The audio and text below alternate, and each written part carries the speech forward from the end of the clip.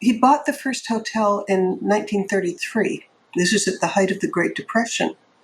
And he told me that with the money, he was able to turn things around. And with the money that he made from one successful hotel, he bought two. And with the money from those, he bought four until at the time of his death, 400.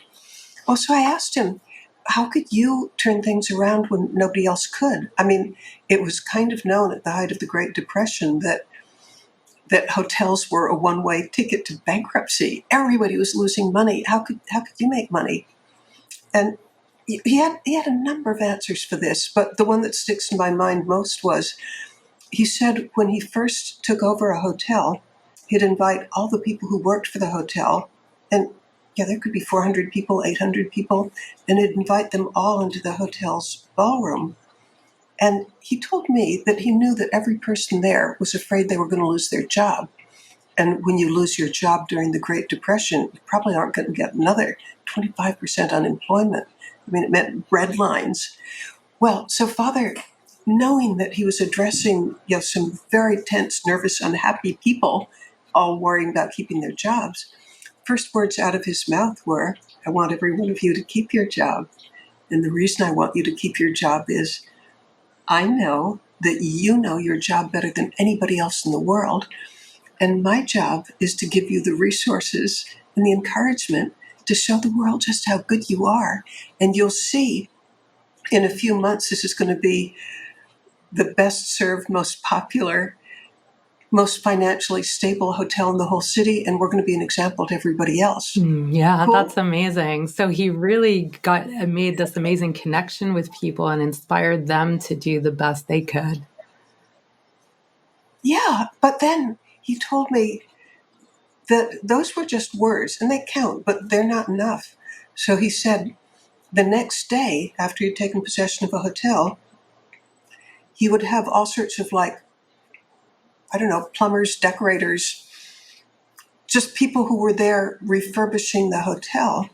But he said the first money he ever spent would be in the areas that the public would never see, like the employee dining rooms, kitchens, showers, rickety old elevators, dingy corridors. He'd spruce all of that up. And so I asked him, why wouldn't you put money first where the paying public would see and where you'd get your money back? And he said, this was a powerful way of communicating to the people who are working for Sheraton. It's a powerful way of communicating how important they were if you spend the first money on them. Because he said people have a compulsion to live up to or down to your expectations. Mm-hmm. Yeah. And he was right. Clearly he was. And he inspired this amazing loyalty in these people. Yeah, and he used to say that, his mantra was inspire, don't require. And he said the thing is, you can threaten people and say, shape up or you're fired. And that's a bad approach in his view, because they're going to do the least they can do to get by with. They'll be resentful. You can try bribery, as in paying them more or saying there's a bonus if you do a great job. But he said the problem with that is people work for the bribe. But instead, if you give them, another quote, a leader's job is to give people a better vision of themselves. So he said, a person, maybe he's a maid cleaning rooms or a bartender tending bar, they can think of themselves as, I'm a maid, or I'm a bartender, or I'm a bellman, I'm the person behind the front desk. They can think, that's my job. Or they can think, we're part of a team that's going to be an inspiration to the rest of the whole city. And together, we're going to accomplish this. We're a team. There's camaraderie. And, he was very big on tapping camaraderie and teamwork. And also the inspiration for this mission. Yeah, but I don't think any of this came naturally. I think it came because he put so much effort into trying to figure out what motivates people.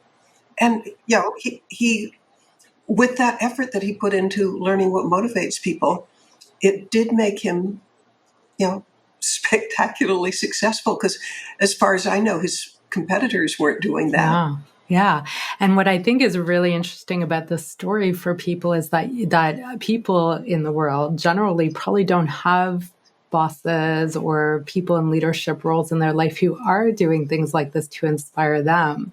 So as people, as our listeners are hearing this story, you want to ask yourself, what can you change in your own life so that you're showing yourself that you matter and you're on a mission, and that there's some loyalty to yourself and what you're building in your life.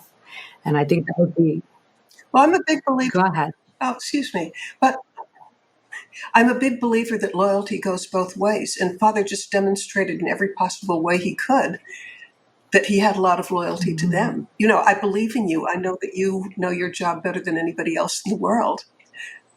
Yeah, that's just got to be a nice message for somebody, especially somebody who's scared that they were For going to lose their sure. job. Yeah, it was such a total opposite of what they were expecting. So the emotional response, in hypnosis, we talk about how if somebody's really fearful, and then they do some hypnosis, their response to hypnosis tends to be even deeper because of the distance between their first emotion and then relaxing and letting go.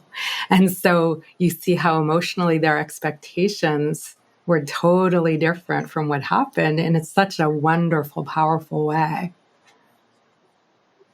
I mean, wasn't he almost using some of the techniques of hypnosis, sort of painting a picture, allowing them to feel? Yes.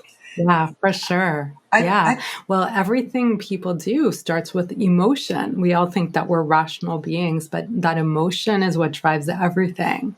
And then we rationalize it after the fact. And so he understood people. He knew how to paint this picture for people and to bring it to life. And he showed them, didn't just use words, but he was showing them a reality that would help them. So yes, he understood a lot about how to use hypnosis. Yeah, and then it happened. If golly, I've never thought of it in terms of suggestibility, but his painting this picture of we're going to be an inspiration to the rest of the city will show everybody that that terrible as things are, they can turn around. Wasn't he just delivering suggestions and then they became true? Because the hotels did become a huge success, and they were an inspiration to the rest of the city. Yeah, in every case. he decided what the outcome was going to be. He painted a picture of it for everybody, and he got them to connect to it. And I bet after that experience, their sense of loyalty to him was huge because they felt like he had saved them, right? That they were, at huge risk in that situation. And most people never forget something like that. It stays with you. Yeah, a friend in need is a friend indeed. And, Father was showing them, I care about you. Because, it would be so easy. In fact, I bet it happened all the time for a new owner to get rid of the old people and take care of his friends. Father never did that. His premise was that the people there give them a chance to show how good they are.